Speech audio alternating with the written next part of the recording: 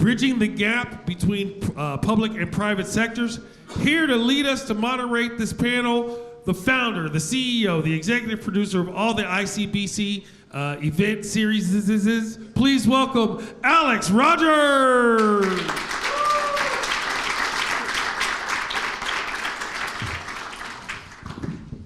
All right.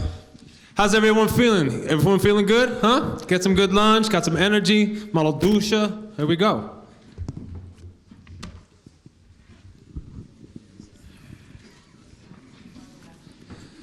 All right, I'd like to thank, can we put our hands together one more time for Mr. Holmberg for being the oracle of knowledge that he is.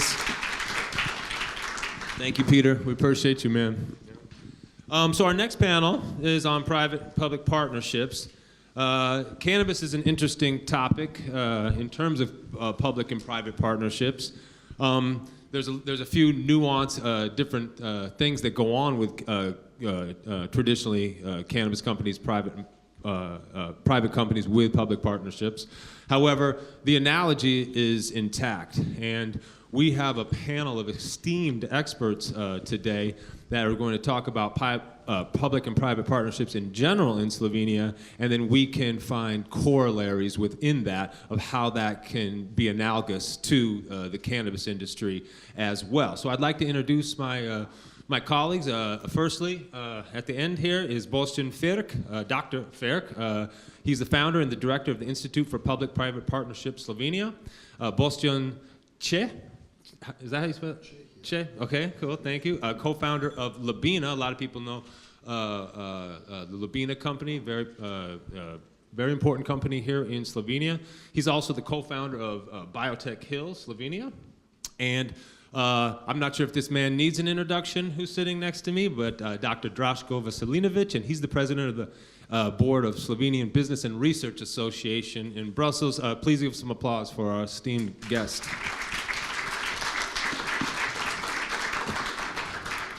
And thank you guys for being here. I know this view sucks, but you just have to endure. We'll just have to endure together here in Lake Bled. I think, Draško, I'd like to start with you and ask, when we talk public-private partnerships, what do you think are what are the most important types of relationships that can happen with regards to that? Okay, well, hello from my side as well. Nice public here, a lot of interesting discussion going on, especially from a legal perspective regarding, my, let's say, interest here. Yeah, talking about PPP, it's very, I would say, broad subject really, and I don't think it's an idea that we go into details what kind of possibilities are here possible, but for me, what I know now about this industry, that you are representing here, I think it would be so important to improve and enlarge research, because I understand a lot of things haven't been properly researched yet regarding cannabis. I think this is the most important issue, really. So whatever, cooperation even, I would go broader than just PPP, because PPP could be quite specific. You have different forums, different legal, I would say, contracts, etc. Maybe colleagues can go more deeper into that. But for me, it will be really important to improve cooperation between research institutes, which, let's say, in countries like Slovenia are mostly public. So that would be public part of this cooperation. And of course, you guys that you do business regarding cannabis would, benefit from this research. And of course, you would cooperate. So it would be kind of cooperation. So win-win situation, I would say. And through that, maybe I can go later on into that a little bit. Through that, I even claim, maybe at this point theoretically, you could get some EU funding for that. Because there aren't any, I would say, tenders calls in Brussels regarding cannabis as such. However, there are calls regarding medicine, health, etc. So whatever innovation you bring into that, you can get funding. So you wouldn't be able to go for a certain area because there isn't area cannabis there within those calls. But there are, as I said, innovative health projects, and deepening research in this area could be potentially also legit for for certain EU funding. And is that also the case, not just for biomedicine, but for hemp also, let's say for eco-solutions, like making a more environmentally friendly building material, for example? I meant, first of all, like medical part, but of course, mentioning this, I mean, if somebody, I don't know, we had this batteries issue, right? Yeah. It was introduced in Ljubljana in the parliament even, you know. So using, let's say, cannabis in batteries, then maybe when we talk about green economy, there are possibilities there, agriculture, you know. I mean, I think all this should be more introduced in Brussels as well in order to get certain more, I would say, precise reaction from the European Commission. Because right now, by the way, preparing our event on the 15th of May next year in Brussels, with the idea to, you know, put that on map in Brussels more, how should I say, more precisely. So I think this is really important, you know, so really to put broad picture what all cannabis can be used for, and of course, medical part is probably the most important, but not necessarily. It's important to put all this on the table. That's very interesting. I agree. And just the last thing, I just apologize, maybe just that. So preparing this event for the next year, 15th of May in Brussels, I also learned that, let's say, whatever you ask Commission about cannabis right now, they are very, very cautious about it. So nobody wants to say anything really direct. Yeah. So maybe with the new Commission coming up, there's a chance, and I think it's good timing next year, May, to get more from them. Yeah, that's great. Draško and I are planning a disruptive event in Brussels on May 15th on private-public partnerships, and we're basically, it's a lobby effort of sorts for the regulation, Commission. policies, that sort of stuff. Yeah, exactly. Very interesting, Draško. So we'll need lawyers, these good lawyers that you have here, we'll need them in Brussels next year for sure. Peter's so there. You're so there. Whether you know it or not, Peter, you're there. Boston, I should say, Gospod Fer, because we have two Bostons on the panel. That segues into what are the various ways in which the public and private sectors collaborate in the field of research and development. Can you expound on that a little bit? Yeah, thank you. Thank you for invitation. I think that PPPs is only one way. We shouldn't forget the traditional way, that it's subsidies. Most of the EU funds came to the subsidies, agriculture, research, health, and so on. So subsidies is the first pillar. And maybe combination of subsidies, private funds could make PPPs work. Next pillar or next layer, I think it's very important also that you focus a little bit on public procurement. Because public procurement is, public authorities are huge buyers.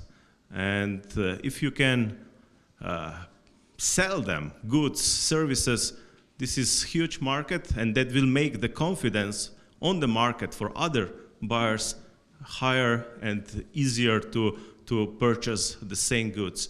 And then I think came the PPP, which is the most complex part of collaboration because of two reasons. First reason is that you always have to some sort establish public interest.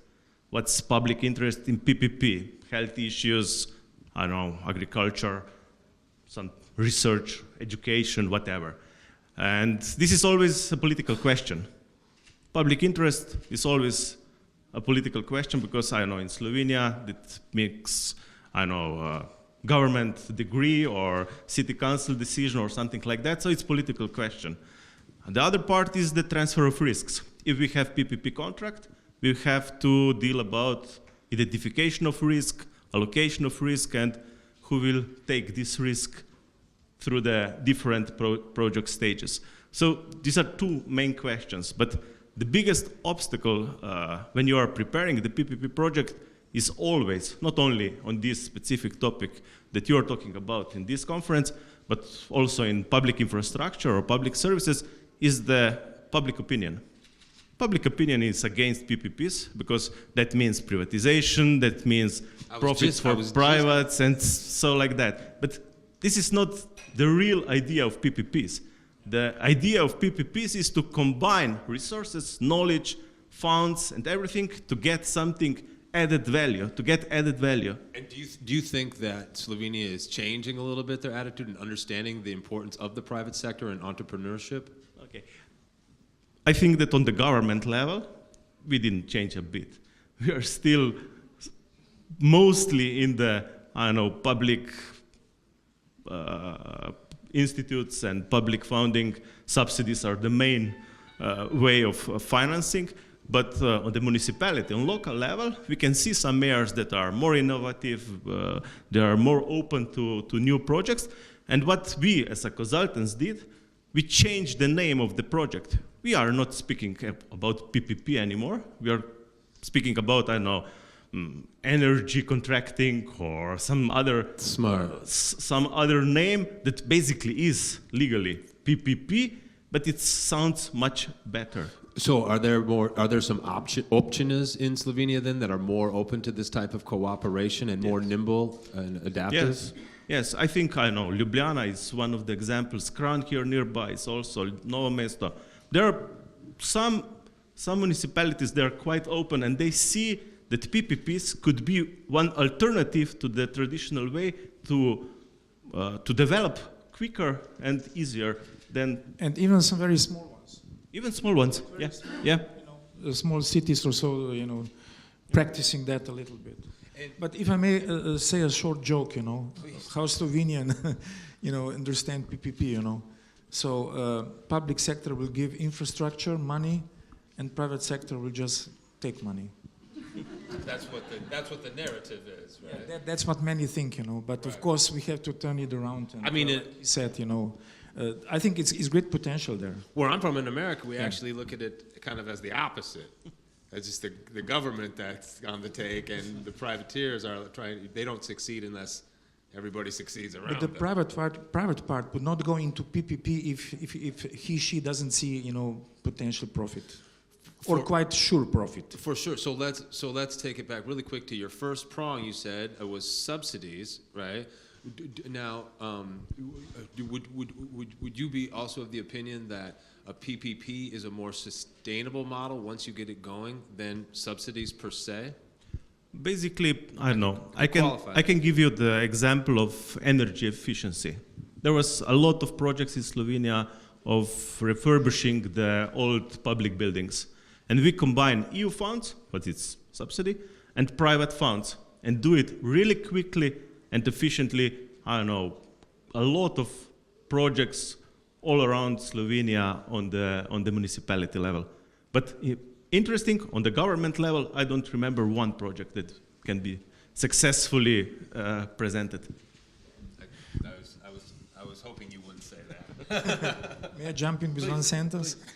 So that's why European Union is projecting for the next budget, which is starting in 2028, but it's planned already now, more, let's say, private part. So these subsidies will go down.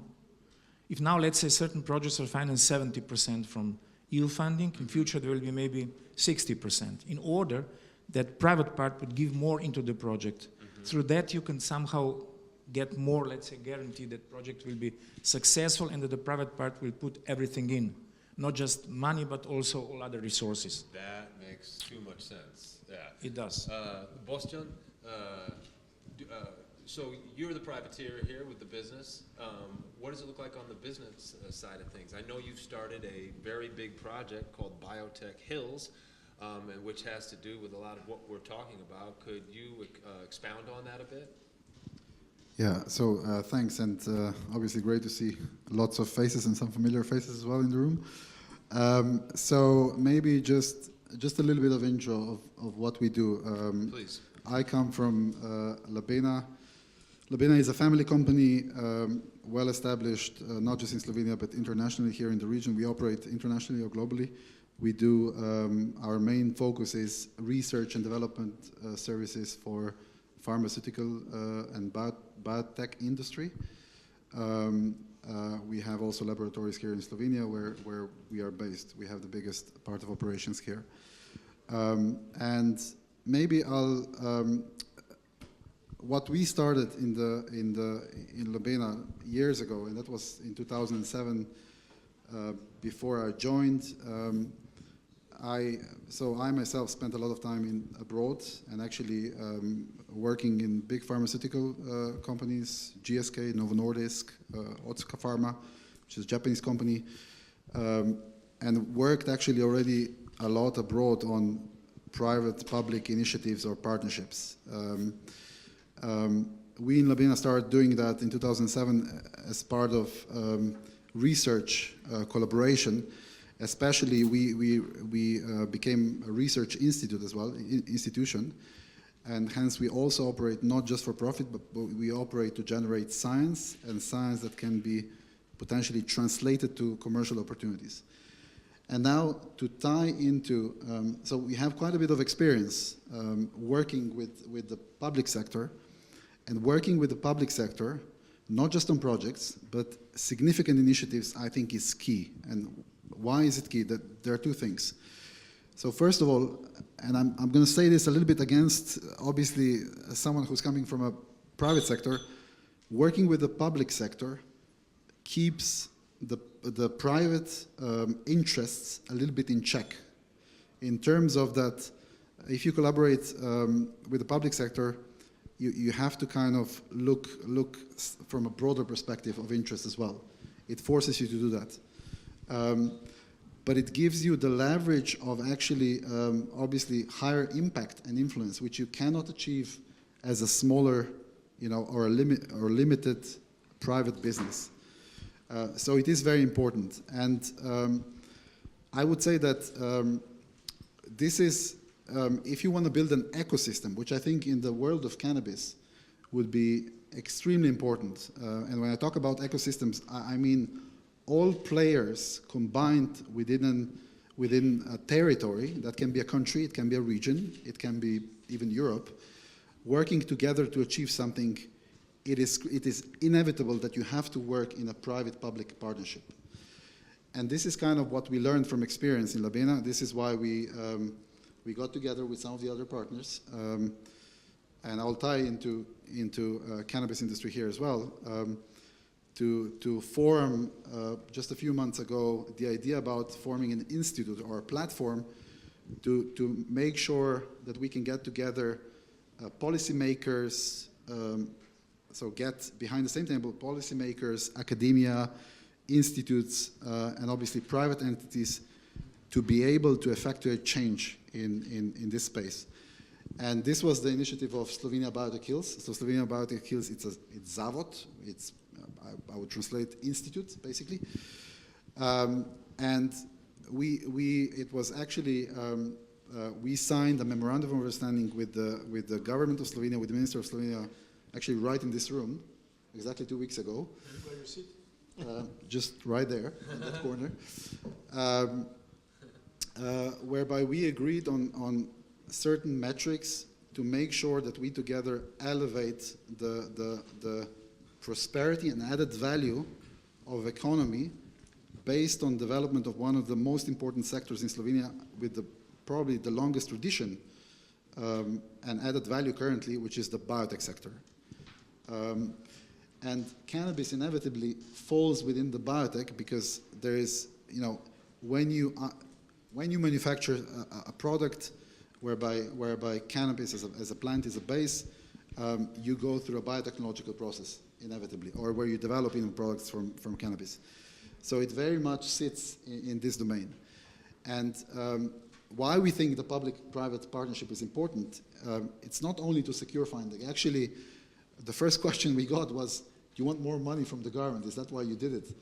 And the answer was, well, eventually yes, but not directly. We don't want to be subsidized. What we want to do is develop conditions, policies, tax policies, policies to attract skilled labor force into Slovenia, policies to introduce levies for innovative startups, which can be startups in cannabis or biotech, so that they will set their footprint in Slovenia. We want to put Slovenia on the map, on the global map. When somebody thinks biotechnology, Slovenia is on the list of countries where you would want to put your manufacturing plant or R&D capabilities. That is the ambition, and cannabis pertains to that. And so I kind of see PPPs in a much broader sense, beyond just the project, but actually initiatives that will drive increased added value for citizens living in a certain geography. That can be Slovenia, or it can be a wider geography. And I will just say, I mean, because you asked me about the initiative. So the initiative itself, it's called Slovenia Biotech, but really the vision is that we kind of create an environment in connections and collaborations and networks through Central Eastern Europe, so that Central Eastern Europe becomes a more recognizable hub through Slovenia as well for biotech innovation, including cannabis industry. So that's kind of, sorry. And that sounds amazing. I mean, I love to hear that it's a very entrepreneurial attitude. It's a very, what I would consider real progressivism, talking about how will we incentivize people to come to Slovenia? How will we partner with the government, with the policymakers, with all the players to have things like incentives? Like, I love the idea of incentivizing but not subsidizing, because that means it's actually sustainable, right? And this is I think this is crucial. And this is hard when you come from the European social state mentality. It's hard to break that, and because it's like, I remember years ago, and I'll just say something quick before I go to the next question, but years ago I was listening to National Public Radio, and they were talking about nonprofits and how the model of nonprofits had changed.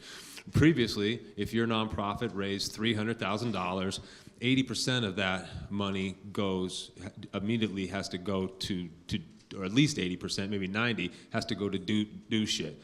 But you can't reinvest money that you get donated for a nonprofit. But now, and this one particular show was talking about how this guy would come to nonprofits and he'd say, well, let's take $20,000 and throw an event and a fundraiser and see if we can't, with some of that money that was donated, create more money, and more like a business would do, not a nonprofit who's just depending on subsidies or donations, for example. So I always think of that listening to that maybe 20 years ago as a big change, and because I related to that, because I think if you're a practical, logical person, you want to grow, and a human who wants to evolve and develop, you want to grow. You want to be proud of what you do, right? And so I think that's one of the most interesting things that we could mention now, is that almost that shift in mentality of, hey, we got to be more responsible, but there's more, and maybe there's some risk too, but the reward is there, and the sustainability is there as you build brick by brick,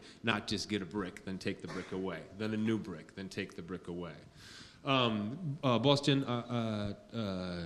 Mr. Ferrick, are you aware of any notable examples of public-private partnerships in the areas of innovation, research, and development in Slovenia specifically that you could talk about? Basically, we have one very interesting micro PPP here nearby from Kran, city of the Kran.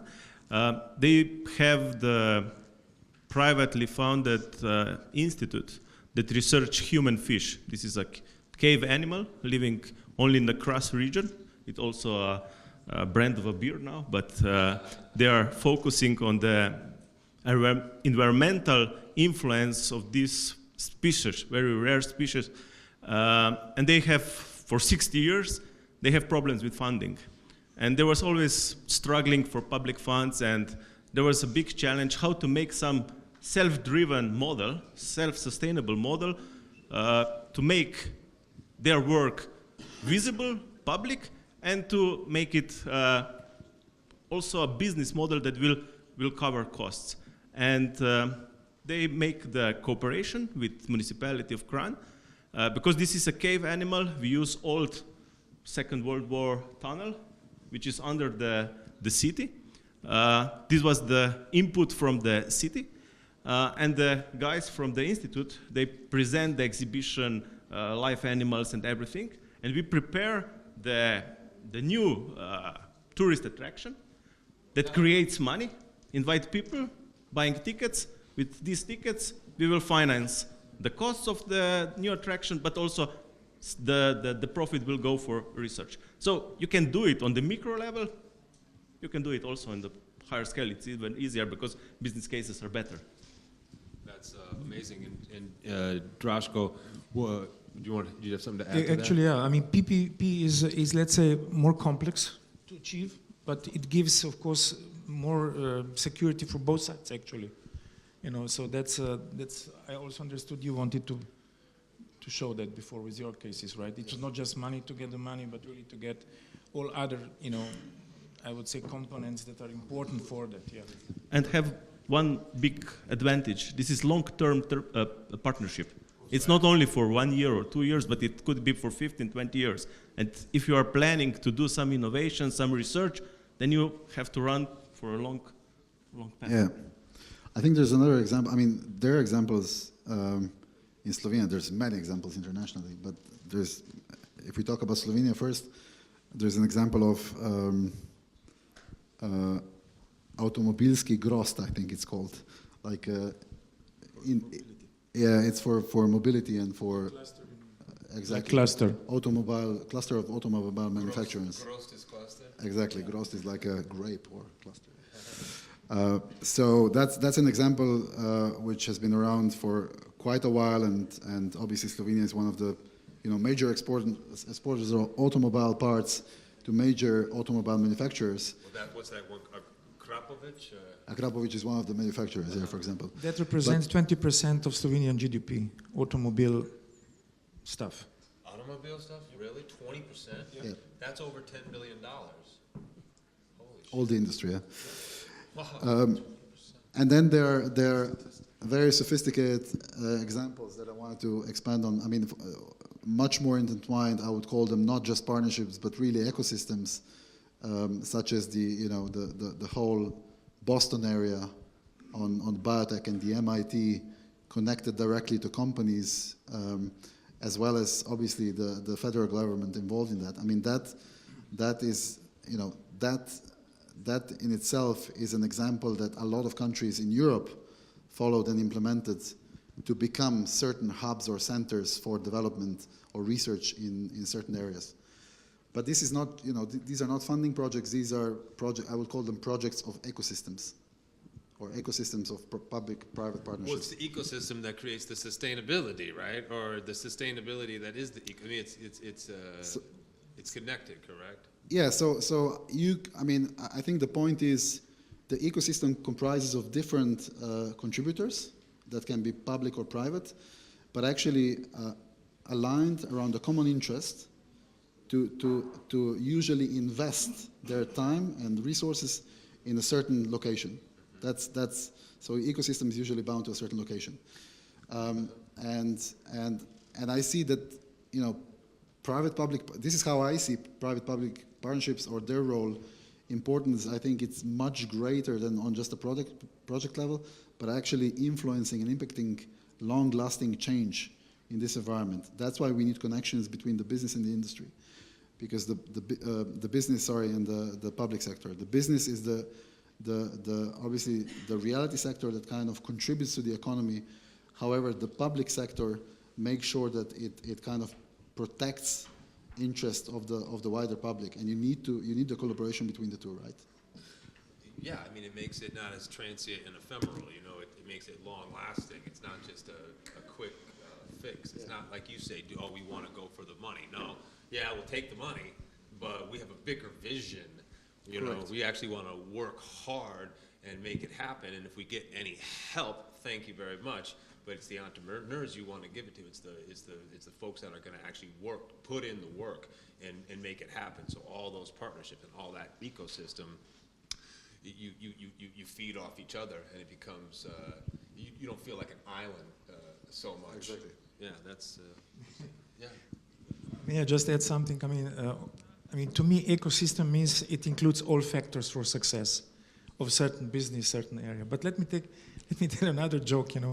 I was in Maribor in one big event just before the summer, and there were discussion, about different government instruments, how to, trigger more entrepreneurship, more innovations, etc. And there was one guy there who's running, and he's owning one of the very important Slovenian companies, and he said, "Okay, I don't care what kind of instrument will you come up with, I'll just take the money."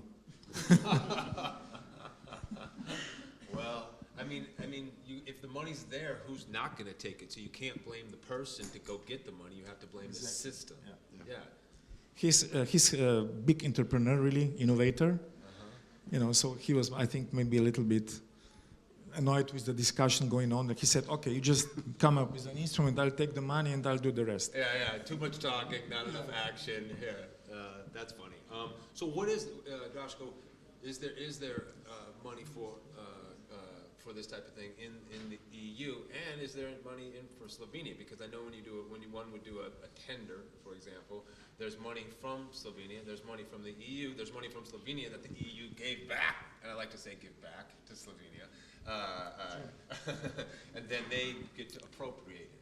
Yeah, true, very well put. I mean, I always explain to people who are, you know, somehow starting with this sort of funding, you know, there are two types of EU funding. One comes directly from Brussels, and the other one comes indirectly or directly from the home country. So you have four different funds that, let's say, each home country, national country is in charge of. It's cohesion, which is the most known, I would say, funding. Then are regional funds, social funds, and also funds for agriculture and fisheries and forestry. So these four funding. Of course, cohesion represents the largest part of it, and I think probably most of you heard that. Although if you make polls on the street asking people what is cohesion, I'm not sure they would be able to answer, but okay. It's quite huge money there. And of course there are some direct, it's direct funding coming directly from Brussels as well.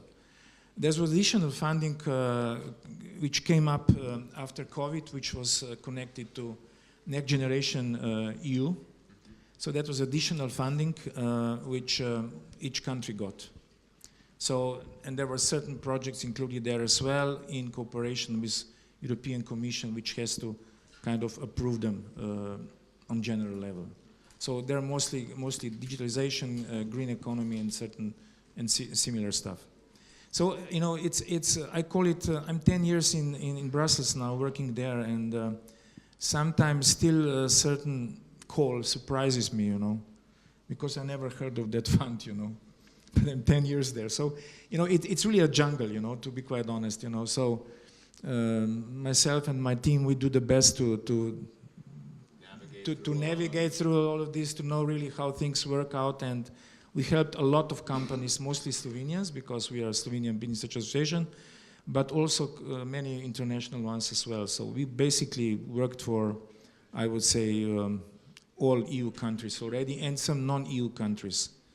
Like we had some really interesting cases from Western Balkan, etc. So, you know, it's jungle, but you can handle it if you have good people, good team, and of course, if you know, try to swim through this jungle, you know. You better wear your flippers. Yeah. Exactly. Gentlemen, thank you so much. Please give it up for our esteemed panel. Thank you guys so much. Did anybody, we still have time for one or two questions, Ungayo? We do have time for one or two questions. Does anyone have one or two questions? Does anyone have no questions? Does anyone have some questions? We have one over here. One over there, all right. About funding, people usually come to me after my speech, you know. Yeah. They don't want to ask questions publicly, so. Well, I'll take the chance. Afterwards also, if I may. But nevertheless, we were speaking about the funds. Damjana Golob-Laurić, ECQA European project leader, certified at our country and Europe, and you were speaking about the funds and about the cohesion funds, which are not applicable for the physical or private company. You know, they have a different agenda. So, meanwhile, when you were talking, I was just typing in the procurement and public calls at the European Commission portal, and regarding hemp, there is no one. So since the mechanism of European Commission is that if there is need, sooner or later, fund or a call has to be defined, and it is coordinated and designed from different parts, from different European members. I suggest that if you intend to do your public, what did you call it? Diversity? Diversion event on May the 15th next year. I suggest that you invite people from as many countries as possible, because the need to decide to have such a call has to come alive, and then the European Commission can respond. Otherwise, it won't. I've also been to the Horizon medical calls and public procurements, and if you don't have 2 million of leverage, and that means active money on your account, they are not interested. And since the hemp issue relates to the supporting activities of either industry research or medical research, it is almost impossible to come through. So this is why we have the problem in Ljubljana, or in Slovenia, we have great institutes, we have people who do the research, but since they are not able to come to the relevant data, either in Slovenia or in Europe, and since they don't have a person to speak to, or the referee in European Commission, it's almost mission impossible. So what's your question? Is it how do you intend to make aware that how do you intend to address European Commission with your event, with active? Yeah. Yes, please. Okay, thank you for your discussion and your opinion. But actually, I mean, if you listened carefully, I said that there is no call for this industry right now. But I said that on the other hand, there are calls which are just for innovation. Yes. So theoretically, you could go there, because it's not called for any particular subject. It's just called for innovation, innovative product, which could be whatever innovative product. So theoretically, it could be innovative product including cannabis, regarding industries, green economy, health, whatever, theoretically.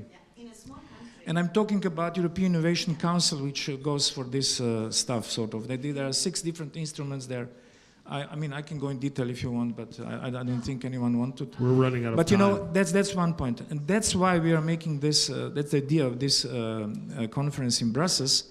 It will be more, I would say, regulation and policy oriented to make aware Commission about this industry, about this potential. And as I said at very first beginning, I think we should improve research in cannabis in order, with this scientific research, these scientific results and research, persuade those who still don't believe there's potential here. And through this, the calls are far away from, I mean, specific calls for this area. They're far there, but we have to start with the persuasion and with the research, scientifically proved results of some issues. Yes.